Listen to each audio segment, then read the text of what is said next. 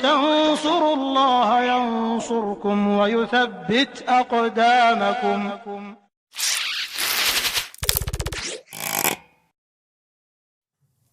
Assalamualaikum Ustaz. Waalaikumsalam. Mau nanya, hukum patungan beli sapi untuk beli kurban yang lebih dari 7 orang. Apakah itu kurban atau sedekah? Terus kalau dia sedekah, apakah dagingnya boleh kita makan? Ya, yang patungan lebih dari 7 orang, supaya jadi korban, berikan kepada 7 orang. Umpamanya ada 20 orang. 20 orang yang patungan sapi. Sudah. Lalu mereka sepakat sudah sapi ini untuk 7 orang. Untuk fulan kurban. Jadi yang lainnya itu telah memberikan haknya kepada 7 orang. Jadi akhirnya sapi ini milik 7 orang. Awalnya belinya 20 orang. Tapi kemudian dijadikan untuk 7 orang. Sudah, ini buat fulan sudah antum korban. Maka jadi korban. Tapi kalau 20 orang tetap enggak, ana ini korban enggak. Ana juga mau korban. Ya sudah, tahun ini biar fulan enggak. Akhirnya tetap 20 orang, maka itu sapi ya buat daging.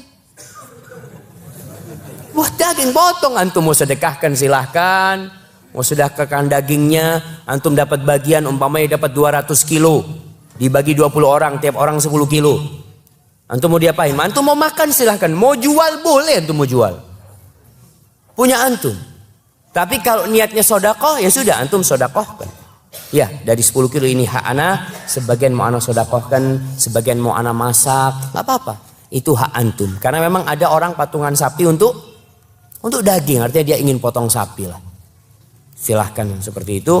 Tapi kalau ingin dijadikan korban, boleh. Asalkan dengan catatan diberikan kepada 7 orang.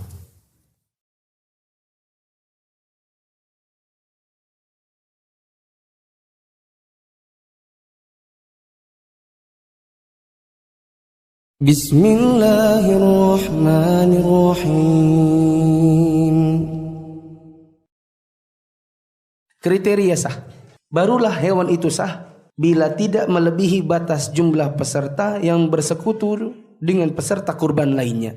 Kambing hanya boleh 1 ekor 1 keluarga dan tidak boleh urunan atau persekutuan. Nabi SAW bilang, Inna ala kulli ahli baitin fi kulli amin udhiyatun. Untuk 1 keluarga di 1 tahun ada udhiyah, kurban. Hadis Nabi ini menunjukkan bahwa 1 hewan itu cukup buat 1 keluarga. Makanya Nabi mengatakan inna ala kulli ahli baitin. Sesungguhnya untuk 1 ahlul bait, ini 1 keluarga. Yang biayai adalah siapa dari mereka 1 keluarga itu yang punya uang. Bisa jadi yang biayai adalah suami, bisa jadi yang biayai adalah istri, bisa jadi yang biayai anak. Suami manakala anak-anaknya masih kecil dan istrinya tidak bekerja. Kadang dibiayai istri manakala suami di PHK dan anak-anak masih kecil, istri jualan online, banyak PO-nya. Kadang-kadang orang tua sudah pensiun, mengharapkan dari uang anaknya, maka anaklah yang berkorban, yang membiayai. Nah, 1 orang yang membiayai di keluarga ini cukup untuk 1 keluarga. Maka tidak perlu 1 hewan 1 orang. Sebagian kaum muslimin di Indonesia ini ada yang punya keyakinan begini. 1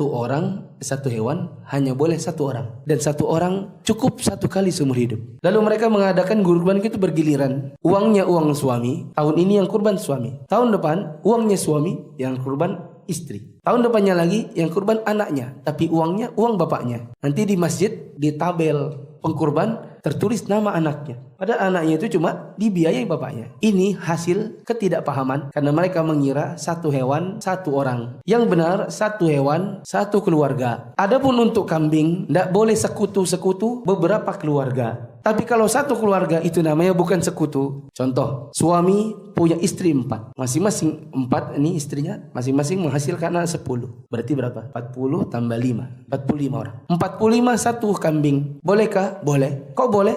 Karena 1 keluarga. Apa itu bukan sekutu? Namanya sekutu 45 orang? Bukan. Karena yang biayai 1. Tapi kalau mama kita punya anak 3. Masing-masing anak ini sudah berkeluarga. Masing-masing keluarga ini punya 3 anak. Terus adik, kakak sama yang anak tengah patungan sejuta.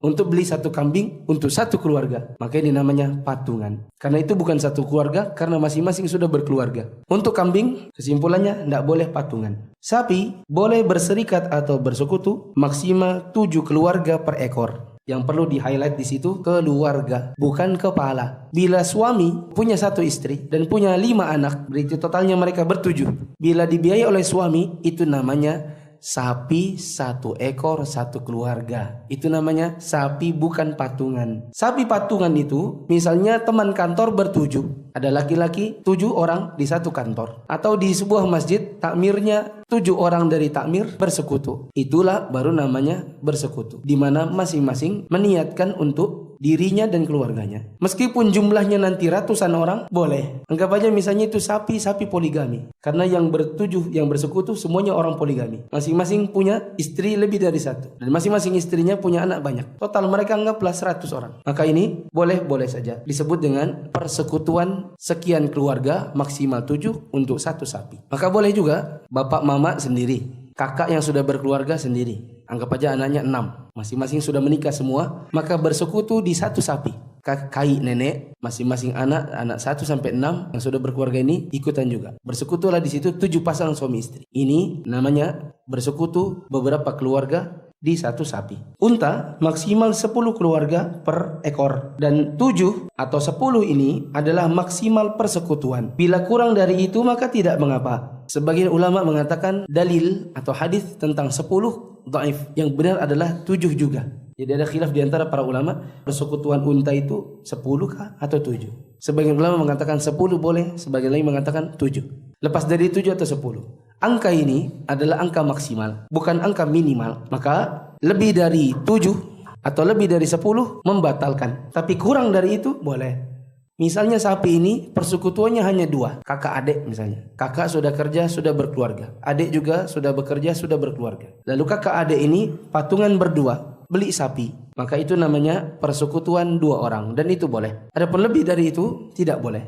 Tidak dibedakan antara yang sudah berkeluarga maupun tidak. Berarti misalnya antum sekutu 1 sapi 7 keluarga, 2 diantaranya jomblo, maka ini hitungannya adalah tetap 7. Karena tidak dibedakan antara yang sudah berkeluarga maupun yang masih jomblo. Pembiayaan dengan bantuan orang lain tidak dihitung 2. Pembiayaan dengan bantuan orang lain tidaklah dihitung 2 orang. Misal kakak paling tua, dia bilang gini, kalian adik-adik siapa yang kurban? Aku ndak kak, ndak sanggup. Aku juga kak, aku juga kak, aku juga kak. Aku kebanyakan uang nah. Bagaimana kalau kita berserikat? Kalian kubiayai. Kalau tadi katanya pembiayaan dengan bantuan orang lain tidak dihitung 2. Berarti kalau kakak bayarin adik-adiknya, berarti jadinya bukan sekutu. Berarti adik-adiknya nggak dapat. Padahal niat kakaknya membiayai adik-adiknya. Bagaimana? Berarti ini kurang sedikit kata-katanya. Pembiayaan dengan bantuan orang lain tidak dihitung 2 orang kecuali dihibahkan dulu. Jadi uangnya kasih dulu adik-adiknya. Kalau sudah dikasih uangnya, berarti kan uang mereka. Baru nanti mereka membiayai kurbannya. Kurban 1 sekolahan. Pernah tuh disuruh bawa uang 20.000? Kata ibunya kita kurban.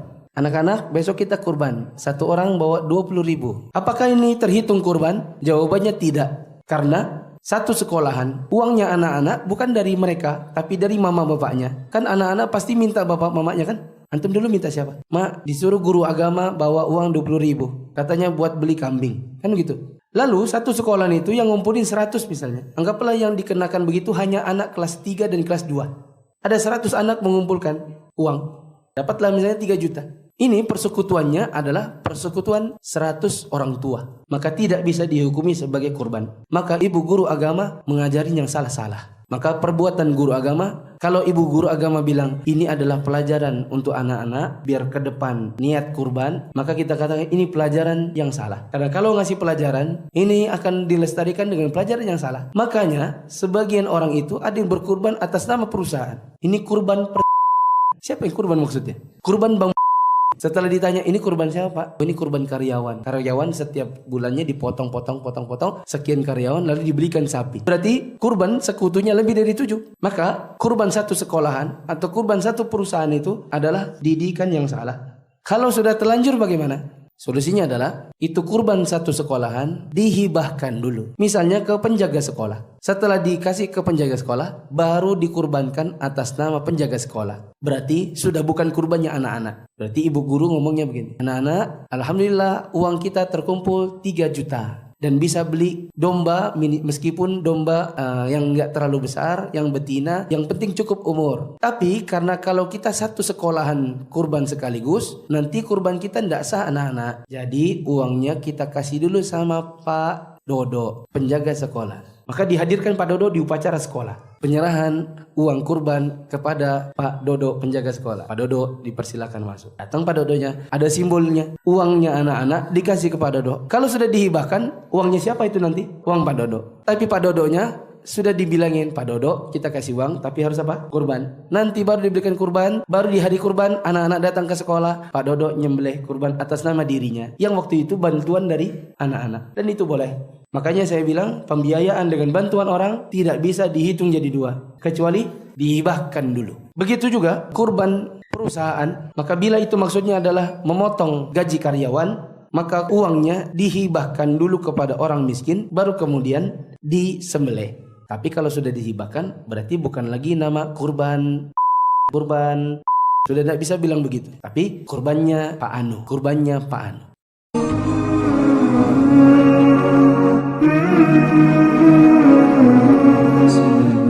Assalamualaikum Bu ya. Nama saya Alvin dari Bogor. Mau mempertanyakan tentang hukum kurban dengan cara dana dari patungan. Biasa yang pernah saya lihat di sekolah saya mengumpulkan dana untuk kurban, dan bagaimana hukumnya Bu ya? Terima kasih. Wassalamualaikum warahmatullahi wabarakatuh. Yang pertama adalah apa tadi? Sekolah Bu ya, patungan. Baik, gini loh, semua korban yang tidak terpenuhi syaratnya akan jatuh sedekah dan akan ada pahalanya. Tidak mendapatkan pahala korban yang berlipat-lipat, tapi jatuhnya sedekah. Sebuah sekolahan dikoordinir daripada tidak sama sekali ya, ngumpulin patungan. Kalau patungan itu mestinya sapi 1, patungan 7 orang. Itu sejuta 7 juta dapat 1 sapi. Itu patungan 1 orang 1 bagian. Akan tapi 1 kambing untuk 20 orang. Nah ini maka itu jatuhnya sedekah. Tidak usah dilarang. Tapi perlu ditingkatkan. Hari ini kita bisa patungan. Ke depan kalau bisa 1 siswi sudah bisa bawa 1 kambing. Hebat itu. Jadi itu jatuhnya adalah sedekah. Semua kaidahnya kurban yang tidak memenuhi syarat tadi jatuhnya sedekah. Syarat itu waktunya terlambat atau suruh waktunya atau tidak memenuhi syarat-syarat ditentukan, misalnya harus begini. Tak taunya ada cacat ininya, jatuhnya sedekah. Dagingnya enak dimakan kok, jatuhnya sedekah. Ya, jadi yang tidak memenuhi syarat jatuh sedekah. Kalau mampunya seperti itu untuk melatih, tapi tidak cukup melatih, diberi pemahaman. Wahai anak-anakku semuanya, ini dalam irama belajar ya, atau tiba dihimbau nanti di rumah nyembelih sendiri-sendiri ya, harus punya kurban masing-masing. Ini baik.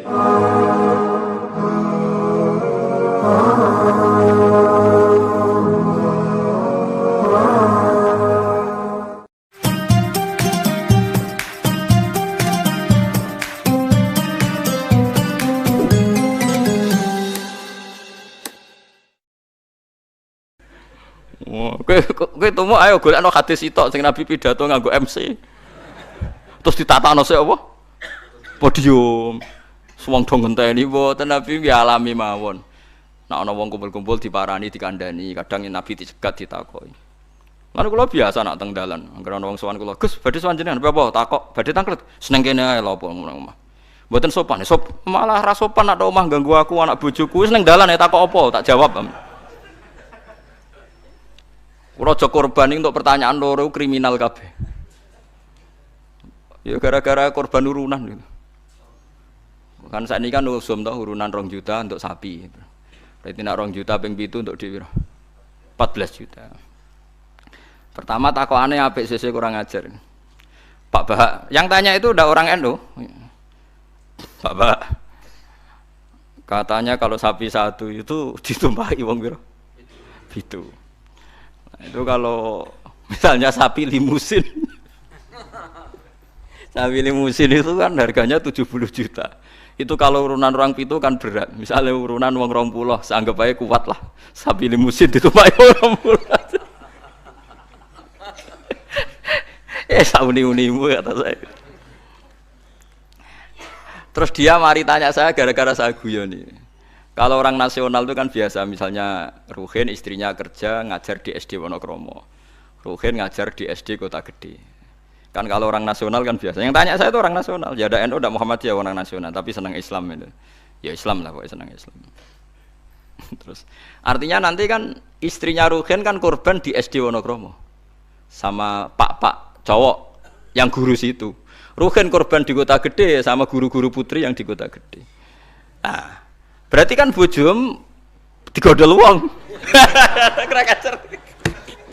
Makanya pertanyaan, kalau korban bareng itu resikonya itu kan kadang nggo bojone wong.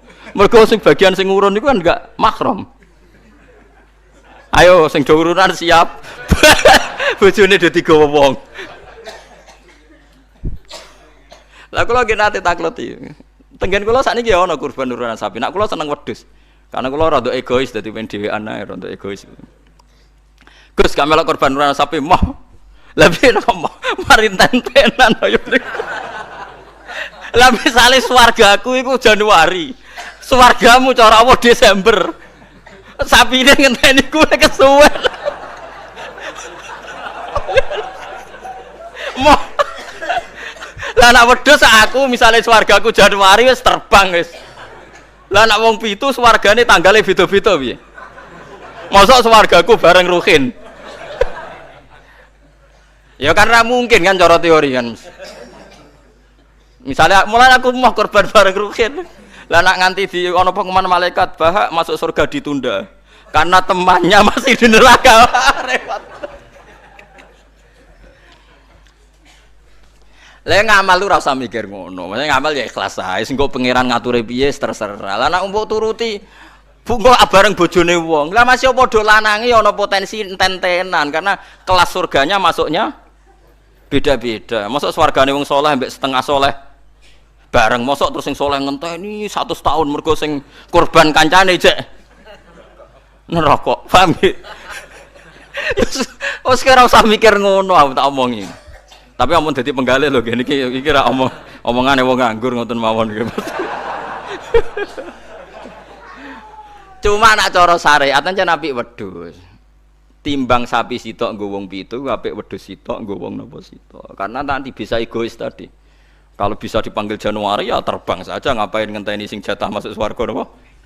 Desember. Iya nak Desember mesti setahun, nak kacek 100 tahun piye. Tapi ora usah pikir, ora usah dijero-jero pokoke nak ngamal yo ngamal wae wis. Lha kula ora tak senengi wong ngamal kok diperhitungno, wis ora usah ngono nak ngamal yo. Ngamal ae sembah kok pangeran carane piye. Kula wis balik diparani tiyang Jog. Nggih tak takok ning dalan. Sesuk mikir, lha nak ngamal sing ikhlas, engko pangeran gampang. Misale swargamu dhisik sing sitok jek ning neraka, wis sampe pangeran digekno kendaraan khusus wis liwat sing kok digenteni pangeran kan sugih. Kan gampang. Kok repot. Misalnya kok nak ngampak sapi kesuwen swargane sing wong alim hafal Quran ikhlas ya nganggo kilat wis. Engko sapine pek-pek hen wis tak berangkat sik ngono kan. Senengane kok repot. Wong swargane saleh-saleh kok numpak napa? Kilat. Suwen sapi ra tok-tok. Ora ngamal kok dipiritungno ngono. Sing jelas iku sok mben kejadian iku udah bojone digondol wong wis jelas iku nek diterus-terus. Mergo korbane kok ora bareng. Rata-rata ibu-ibu bareng bapake gak. Ora mesti. Ana sing tepakan ana mbah tuwa ape mati korban gak nggawa mbah tuwa. Repot nak wis ngamal wis ikhlas ae. Mulane jare Imam Malik ning gone kitab Mizan Kubra. Sebagian nyaratno pitu iku kudu ahlu baitin sing sak ahlul bait. Mergo tujuane tadi ben gak gondol bojone. Wah. Tapi jari Imam Malik ora ahlul bait ora apa-apa sing kok ben diatur pangeran asline Imam Malik yo bingung juga deh. Ngomong ora mikir ngono to. Lah misale kayak kiai ning pondok terkenal khusyuk walim, ana wong wedok wayu korban. Terus sampe ning akhirat lho Pak Yai cigo bojone perkara korbane bareng. Ora repot. Ning dunyane ora tau go bojone wong malah ning akhirat. Kasus cara kula kasus. Saiki wong do engkek mau korban. Kula teng narukan nggih sering dibantai tiyang. Gus sakniki niku mboten tren kobang wedhus, perkarane do wedi darah tinggi. Memang sekarang Jokono bakasan mau kolesterol, darah tinggi macam-macam wong engkek. Di darah tinggi korban pitik. Kan ra ono hadis Gus nak pitik, nak sapi kan ono hadis. Padha wedi kolesterol ra ono hadis. Aneh-aneh wae. Wedi kolesterol ora ono. Wong melarat itu ora ngarah kena kolesterol, ora kena darah tinggi, wong mangane wedhus tahun pisan kok kena darah tinggi ya. Gara-gara mritungno darah tinggi sing sugih lae cek kepengin entuk. Lah sing sugih iki duwe selera wis sering nyate. Sing sugih do legowo ora usah njaluk agak darah tinggi. Jan do setengah medhit. Iso wong melarat darah tinggi wong mangane daging setahun pisan. Gara-gara darah tinggi kan sing sugih lah melok mangan. Jajal sing sugih ra gelem kabeh kan aman to. Ibnu Abbas serane korban malah mbek pitik. Ya pitik jago. Ngertakok itu ya. Ibnu Abbas jenengan ngalimu korban mbek napa? Pitik. Aku ora korban. Pokoke nak tanggal 10 iku kesunatan ono sing disembelih. Lane kula tiru nih, zaman kula dereng sugih niku. Ya saiki lah ya urung sugih. Tapi kula niku mulai wonten Idul Adha mesti nyembelih riyen wedhus wedok kuru pisan. Suwe-suwe rodok sugih wedhus wedok lemu. Saiki mulai wedhus lanang poel. Tapi riyen bertahun-tahun ngertakok itu yang Gus korban wedhus wedok gak korban mayuran. Jare sapa korban? Korban syaratnya macam-macam lho kudu poel, terus jare untune macam-macam lah pokoke ngoten. Lah sanatun mbah ngono lah entek. Sebenarnya itu salah nggih. Ini saya fatwakan di sini. Sing jenenge udhiyah iku kudu wedhus gibas, umure setahun. Nak sapi 2 tahun. Ana sing darani utawa ditandai tanggal gigine itu benar itu udhiyah. Tapi sebetulnya kalau tanggal 10 itu kesunatan nyembelih apa saja asal halal, asal gak tikus. Sehingga Ibnu Abbas itu tiap tanggal 11 nyembelih pitik, nggih pitik tenan. Dik iku pitik. Supaya menghilangkan toma. Mergo iku yaumu aklin wa syurbin, hari makan-makan. Lah wong Jawa salah kaprah. Berhubung ra kelar wedhus gak nyembelih blas, akhirnya toma. Nek ra kebagian ngungkit panitia. Iku keliru. Utawa tuku daging, minimal keluarga itu ndak toma. Nggih, minimal keluarga itu ndak apa? Ndak toma. Iku duro, malane cara fikih iku mala yudraku kulluh la yudraku kulluh. To al-maisur la yasqutu bil ma'sur. Nek ra iso ideal aja blas. Blas iku larangane Islam. Dadi nek ra iso korban wedhus mergo melarat itu tuku daging 1 kilo. Nek ra iso ya pitik, nek ra iso lele, penting gak tikus. Wis pokoke ngono. Dadi mala yudraku kulluh iku la yudraku kullu. Nek ra iso ideal aja blas. Lha iku teng narukan kula warai tenan. Kula tunjukno ning masyarakat. Akhirnya mulai guru-guru do anut nyembelih cempe cilik-cilik angger bodo. Jare anut Gus Bas, penting ke aja muni korban, takoki wong yo muni mayoran. Ya sudah begitu. Dulu Ibnu Abbas begitu, ulama-ulama dulu gitu. Saiki ora. Ora iso korban wedhus gak blas. Akhirnya toma. Dan toma nyalahno panitia napa masjid. Sentimen ora dikeki wis ndi. Itu salah niki. Ndak baik hidup gitu. Dadi kaidah eleng-eleng nggih, mala yudraku kullu iku la yudraku kullu. Isla al-maisur la yasqutu bil ma'sur. Kalau bisa sedikit ya sedikit itu lakukan, jangan sama sekali. Jadi misalnya ana wong wudu, anane banyu sak gelas, nggo tangan gak kena, nggo sikil gak kena ya wudu ra ini tok. Liyane ditunda. Kok pangeran maklum, pancen isane ra ya ra. Ana wong diutang 10 juta, isane nyaur 1 juta sahur sik 1 juta terus blas. Tetep lumayan kan bagi sing disaur. Kalong napa? 1 juta. Aja kok terus blas. Nah wong salah kaprah, anggere ora iso terus blas dadi. Rabi wong wedok iku syaraté ya ayu, nasab, nurut, apik. Tapi nek ora iso papat sifat iku ya sakanane sing gelem ngono wae. Aja terus gak rabi lah. Pokoke bangsa blas iku gak boleh. Wong ra hafal Quran, ra alim ya tetep mulang jare Nabi balihu ani walau ya isane sayat kulhu wis diurang terus kulhu. Barokah kulhu ngene-ngene suwe-suwe terakhir barokah kulhu mati husnul khotimah. Wis ngono lah nerangno barokah kulo sugih kowe ora sugih-sugih. Pokoke barokah kulo husnul khotimah. Wis pokoke sauni-unimu lah. Sing penting ono sing diterangno. Disebut balighu anni walau napa.